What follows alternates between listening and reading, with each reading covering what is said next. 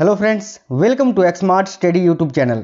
साथियों, आज के इस वीडियो में एसएससी सीजीएल एग्जाम 2024 जिसका पेपर अभी चल रहा है और जिनका पेपर अभी 12, 13, 17, 18, 19, 23, 24, 25 और 26 सितंबर को होने वाला है, उनके लिए टॉप 80 एक्सपेक्टेड क्वेश्चंस देखेंगे जीके जीएस के। यकीन मानिए दोस्तों, अगर आज आप ये क्लास कंप्लीट देख के चले जाते हैं सेंटर में, तो इस वीडियो से कई सारे क्वेश्चन हूबहू आपको आपके पेपर में देखने को मिलेंगे। तो आज का ये क्वेश्चंस और ये क्लास आपको कंप्लीट देख लेना है, क्योंकि ये क्वेश्चंस बहुत ही इंपॉर्टेंट और बहुत ही ज्यादा एनालिसिस के साथ मैंने आपके लिए तैयार किया है। तो चलिए शुरू करते हैं और देखते हैं क्वेश्चंस। आप सभी से रिक्वेस्ट है, इस वीडियो को एक लाइक जरूर कर देना और अपने दोस्तों के साथ जरूर शेयर करना। देखिए, पहला क्वेश्चन आपकी स्क्रीन पर है।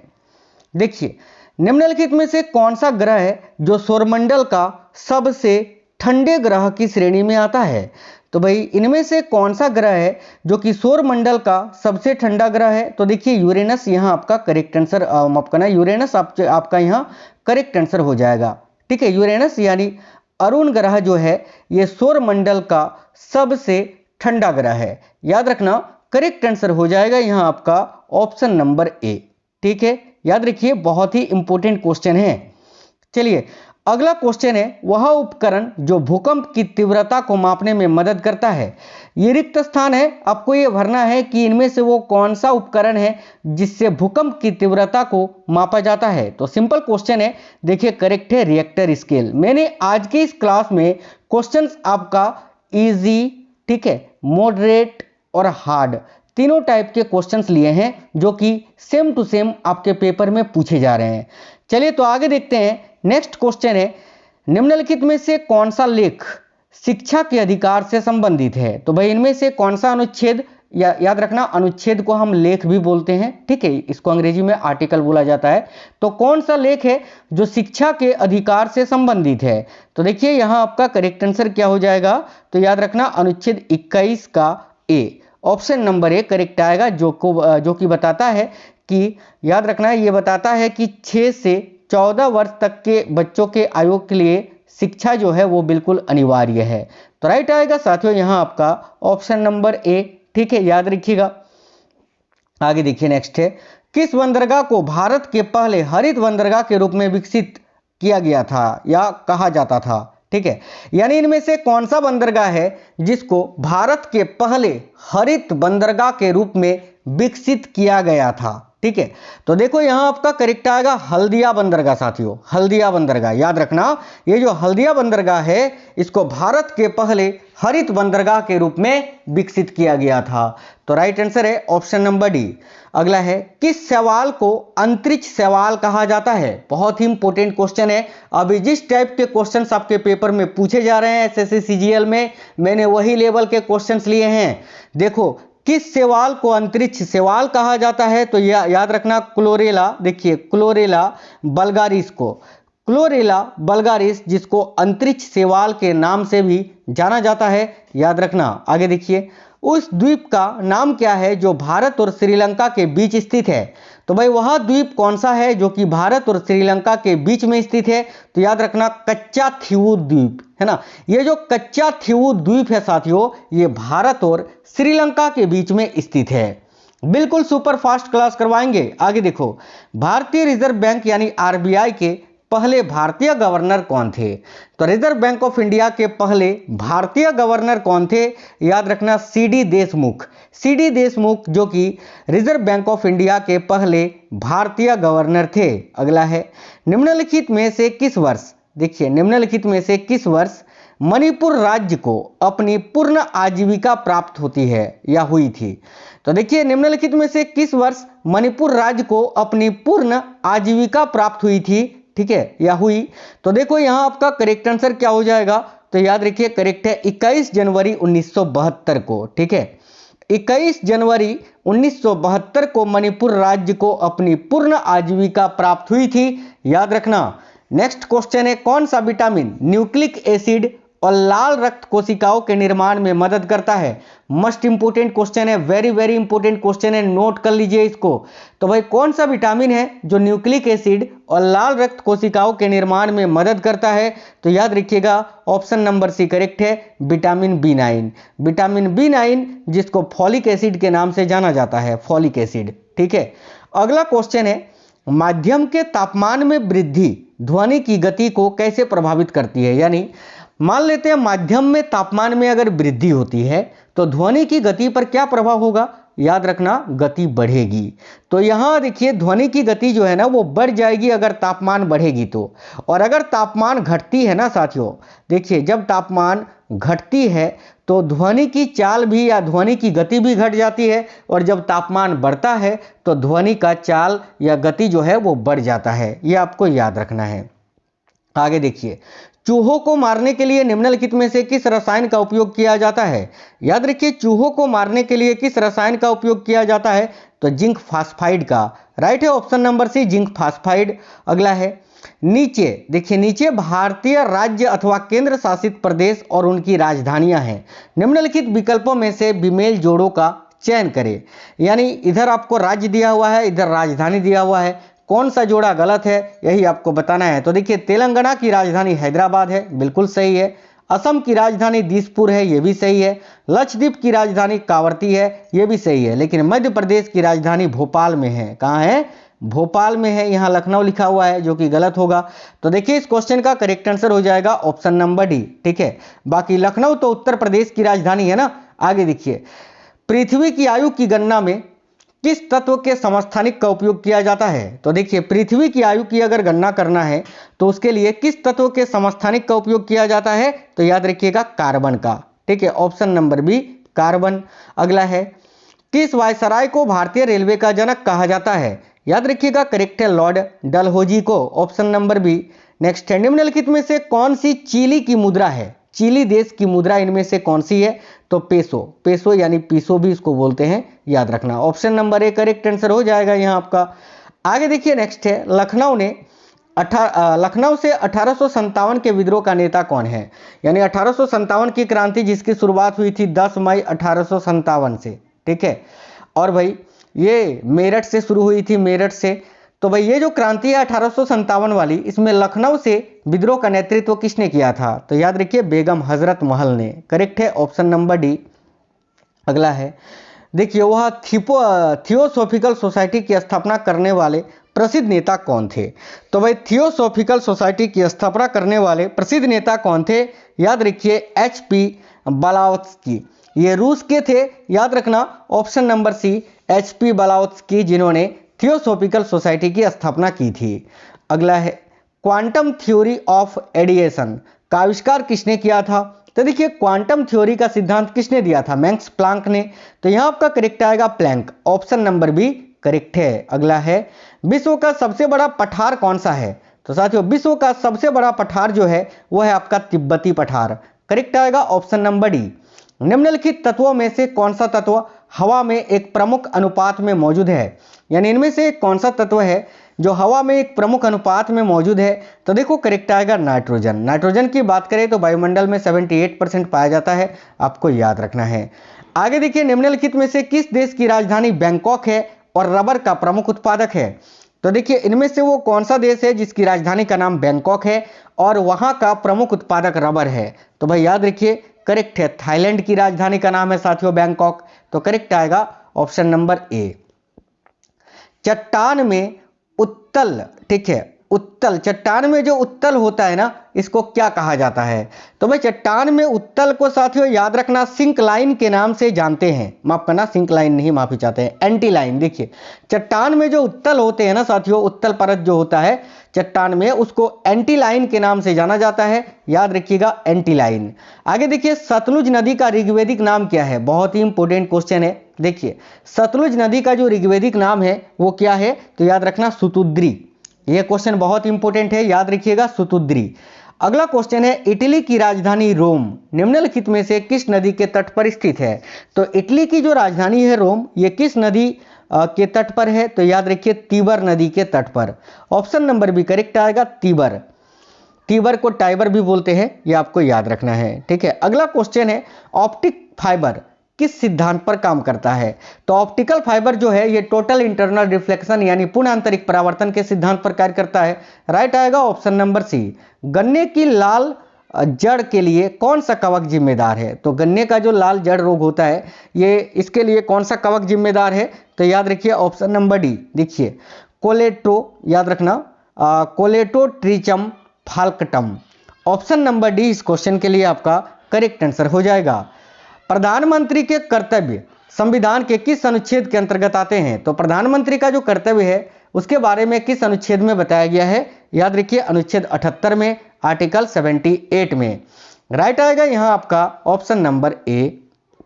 न्यूजीलैंड की खोज करने वाला पहला यूरोपीय यात्री कौन था? तो देखिए न्यूजीलैंड की खोज करने वाला पहला यूरोपीय यात्री कौन था? याद रखिए करेक्ट आंसर होगा यहां आपका साथियों हबिल तस्मान जिन्होंने न्यूजीलैंड की खोज सबसे पहले की थी। अगला, भारत में रबी के मौसम में निम्नलिखित में से कौन सी फसल काटी जाती है? तो याद रखना भारत में रबी के मौसम में कौन सी फसल काटी जाती है? तो देखो गेहूं जो है ये रबी फसल है, तो ऑप्शन नंबर भी करेक्ट आएगा गेहूं। बुलेट प्रूफ खिड़कियों में किस फाइबर का उपयोग किया जाता है? तो भाई बुलेट प्रूफ पदार्थ में किस फाइबर का उपयोग होता है? तो याद रखिए करेक्ट आएगा पॉलीकार्बोनेट्स का। Option number C right answer है। किस भारतीय राज्य की सबसे लंबी तटरेखा है? तो सबसे लंबी तटरेखा किस राज्य की है? याद रखिए गुजरात राज्य की। नेक्स्ट क्वेश्चन है निम्नलिखित में से किस प्रतिष्ठित व्यक्ति को सबसे पहले ज्ञानपीठ पुरस्कार मिला था? तो सबसे पहले ज्ञानपीठ पुरस्कार किसे मिला था? याद रखिए आशा पूर्णा देवी जी को। ऑप्शन नंबर भी करेक्ट होगा। अगला है निम्नलिखित में से कौन सा कर प्रत्यक्ष कर नहीं है? यानी इनमें से कौन सा एक कर है जो प्रत्यक्ष कर यानी डायरेक्ट टैक्स नहीं है? तो आयकर प्रत्यक्ष कर है, संपत्ति कर प्रत्यक्ष कर है, ठीक है। इसके अलावा मूल्य वर्धित कर वैट जो है यह भी प्रत्यक्ष कर है, लेकिन माल और सेवा कर जो है ये अप्रत्यक्ष कर है साथियों, अप्रत्यक्ष कर है। तो यहां करेक्ट आएगा ऑप्शन नंबर सी। किस घटना के कारण आकाश का रंग नीला होता है? देखिए बहुत ही इंपॉर्टेंट क्वेश्चन है साथियों, किस घटना के कारण आकाश का रंग नीला होता है? याद रखिए प्रकाश के प्रकीर्णन के कारण। Option number B. देखिए आप लोग कमेंट बॉक्स में जरूर बताइए कि अभी आपका पेपर कब है और किस शिफ्ट में है। प्रसिद्ध पुस्तक the God of small things के लेखक कौन है? तो देखिए the God of small things इस पुस्तक के लेखक कौन है? याद रखना अरुंधति राय। ऑप्शन नंबर डी करेक्ट है। भारतीय संविधान के किस संशोधन अधिनियम ने पंचायतों की शुरुआत की थी? सिंपल क्वेश्चन है, करेक्ट आएगा 73वें संविधान संशोधन में। अगला है मैक्सिको की खाड़ी और अटलांटिक महासागर किस जलद मरुमध्य से जुड़ते हैं? तो भाई मैक्सिको की खाड़ी और अटलांटिक महासागर ये किस जलद मरुमध्य से जुड़ते हैं? तो याद रखिए करेक्ट आंसर यहाँ आपका क्या हो जाएगा? तो फ्लोरिडा जलद मरुमध्य से। ऑप्शन नंबर सी करेक्ट आएगा फ्लोरिडा। ध्वनि की पिच तरंग के किस गुण पर निर्भर करती है? यानी ध्वनि का जो पिच होता है ये भाई तरंग के किस गुण पर निर्भर करता है? याद रखिए आवृत्ति पर। राइट है ऑप्शन नंबर बी आवृत्ति। टेलीग्राम के संस्थापक कौन है? तो देखिए टेलीग्राम के संस्थापक कौन है? याद रखिए पावेल ड्यूरोव। ये अभी हाल ही में चर्चा में थे, इनको अभी साथियों फ्रांस के एयरपोर्ट से गिरफ्तार कर लिया गया था, याद रखना। आगे देखिए निम्नलिखित का मिलान करें परियोजना का नाम और नदियां, यानी इधर परियोजना है और इधर नदी है, ठीक है।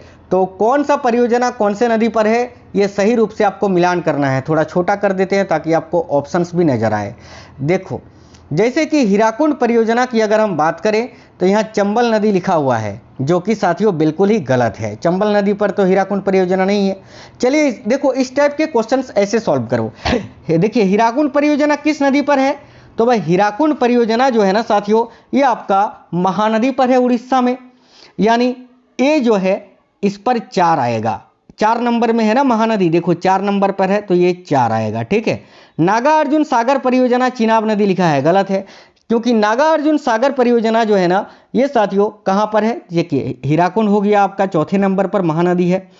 नागार्जुन सागर परियोजना जो है ये आपका किस नदी पर स्थित है? तो ये आपका कृष्णा नदी पर स्थित है, कृष्णा नदी पर, यानी कृष्णा नदी 3 नंबर पर है तो यहाँ 3 लिखेंगे, ठीक है। राणा प्रताप सागर बांध ये किस नदी पर है? तो भाई ये तो साथियों चंबल नदी पर है, तो चंबल 1 में है तो इसमें हम 1 लिखेंगे। सलाल परियोजना किस नदी पर है? तो देखिए सलाल परियोजना जो है ना ये आपका साथियों चिनाब नदी पर स्थित है, यानी इस पर हम 2 लिखेंगे। यानी देखो किस ऑप्शन में 4, 3 1 और 2 हैं, तो ऑप्शन नंबर ए में देखो 4, 3, 2 और 1 है, तो यही आपका आंसर होगा। Option number A correct answer है। ठीक है, इसी तरह से इस टाइप के क्वेश्चंस आपको सॉल्व करने हैं। आगे देखिए, सौरमंडल में किस ग्रह को भोर का तारा कहा जाता है? तो भाई सौरमंडल में किस ग्रह को भोर का तारा कहा जाता है? तो याद रखना शुक्र ग्रह को। Option number C correct answer होगा। आगे देखिए, भारतीय संविधान के जनक के रूप में किसे जाना जाता है? राइट है option number D BR Ambedkar को। नीले रंग का कांच किस पदार्थ को मिलाकर प्राप्त किया जाता है? यानी कांच का नीला रंग किस पदार्थ को मिलाकर बनाया जाता है? तो याद रखिए करेक्ट आंसर हो जाएगा कोबाल्ट ऑक्साइड को मिलाकर। ऑप्शन नंबर ए। कौन सी परियोजना मन्नार की खाड़ी और पाक जलद मरुमध्य को जोड़ती है? तो देखिए कौन सी परियोजना है, ठीक है, जो मन्नार की खाड़ी और पाक जलद मरुमध्य को जोड़ती है? याद रखिए करेक्ट है सेतु समुद्रम परियोजना। Option number C. अगला है, कौन सा उपवेद कला और संगीत से संबंधित है? तो देखिए इनमें से कौन सा उपवेद है जो कला और संगीत से संबंधित है? तो याद रखना गंधर्व वेद। Option number B. निम्नलिखित में से किसे स्टेथोस्कोप की खोज की थी? किसने स्टेथोस्कोप का मतलब समझते हो ना, क्या है ये? आप बीमार जब होते हो तो डॉक्टर कानों पर ईयरफोन की तरह लगाकर एक मेटल वाला आपकी छाती पर या फिर आपके हाथ में जो नब्ज की स्थिति जांचते हैं ना, उसी को स्टेथोस्कोप बोलते हैं। देखो इसका आविष्कार किया था रेने लेनेक ने। करेक्ट है option number A Rene Laennec. निम्नलिखित में से किस झील से व्हाइट नील नदी का उद्गम होता है? तो भाई व्हाइट नील नदी का उद्गम किस झील से होता है? तो याद रखना विक्टोरिया झील से। ऑप्शन नंबर सी करेक्ट होगा। अगला, भारतीय अंगूर प्रसंस्करण बोर्ड कहाँ स्थित है? देखिए भारतीय अंगूर प्रसंस्करण बोर्ड जो है ये आपका पुणे में स्थित है। ऑप्शन नंबर ए पुणे में। नीली क्रांति मुख्य रूप से किस उत्पाद का उत्पादन बढ़ाने पर केंद्रित है? तो नीली क्रांति का संबंध साथियों मछली उत्पादन से है। ऑप्शन नंबर डी करेक्ट आएगा मत्स्य। निम्नलिखित में से किस मिसाइल को स्वदेशी रूप से विकसित हवा से हवा में मार करने वाली मिसाइल के रूप में जाना जाता है? तो देखो यहाँ एस्ट्रा मिसाइल जो है ये DRDO के द्वारा विकसित है और ये मिसाइल साथियों हवा से हवा पर मार करने वाली स्वदेशी रूप से विकसित मिसाइल है। तो ऑप्शन नंबर डी करेक्ट आएगा एस्ट्रा। आगे देखिए, विश्व पर्यावरण दिवस दुनिया भर में हर साल कब मनाया जाता है? तो करेक्ट आएगा 5 जून को, यानी जून 5 को। नेक्स्ट है, फिक्की का फुल फॉर्म क्या है? ये क्वेश्चन बहुत इंपॉर्टेंट है। देखिए फिक्की का फुल फॉर्म आपसे पूछ रहा है, जो कि होता है साथियों federation of Indian chambers of commerce and industries. देखो ऑप्शन नंबर बी में है federation of Indian chambers of commerce and industries जो है ये फिक्की का फुल फॉर्म होता है, याद रखना। आगे देखिए इस जगह को दक्षिण भारत का मैनचेस्टर भी कहा जाता है। दिए गए विकल्पों में से इसे पहचानिए। तो भाई दक्षिण भारत का मैनचेस्टर किसे कहा जाता है? तो याद रखना कोयम्बटूर को। Option number B Coimbatore correct है। विश्व की जनसंख्या का लगभग कितना भाग भारत में निवास करता है? याद रखिए करेक्ट है 1/6 भाग। Option number D. अगला है, डेसिबल किसकी इकाई है? देखिए डेसिबल की बात करें ना तो ये किसकी इकाई है? तो भाई ये ध्वनि की इकाई है। ऑप्शन नंबर सी करेक्ट होगा। निम्नलिखित में से कौन सी ट्रेन भारत की पहली प्रमाणित ISO ना, देखिए भारत की कौन सी ट्रेन है जो कि भारत की पहली ISO 9001 प्रमाणित ट्रेन है? तो याद रखिए करेक्ट आएगा Bhopal Express. Option number C, याद रखना बहुत ही इंपॉर्टेंट क्वेश्चन है ये। ठीक है, नेक्स्ट क्वेश्चन है, केंद्रीय चमड़ा अनुसंधान संस्थान कहां पर आधारित है या कहां पर स्थापित है? तो केंद्रीय चमड़ा अनुसंधान संस्थान जो है ये आपका कहां पर स्थापित है? बहुत ही इंपॉर्टेंट क्वेश्चन है। अब साथियों यहां पर बहुत ज्यादा कंफ्यूजन होगा, कोई चेन्नई बताएंगे कोई कानपुर बताएंगे। मैं आपको बता दूं केंद्रीय चमड़ा अनुसंधान संस्थान चेन्नई में भी है और कानपुर में भी है। दोनों में अंतर यह है कि देखो जो चेन्नई में है ना साथियों वो है CLRI, ठीक है, और जो साथियों आपका कानपुर में है वो है साथियों आपको याद रखना है जो आपका कानपुर में है, कानपुर वाला वो है CLRI,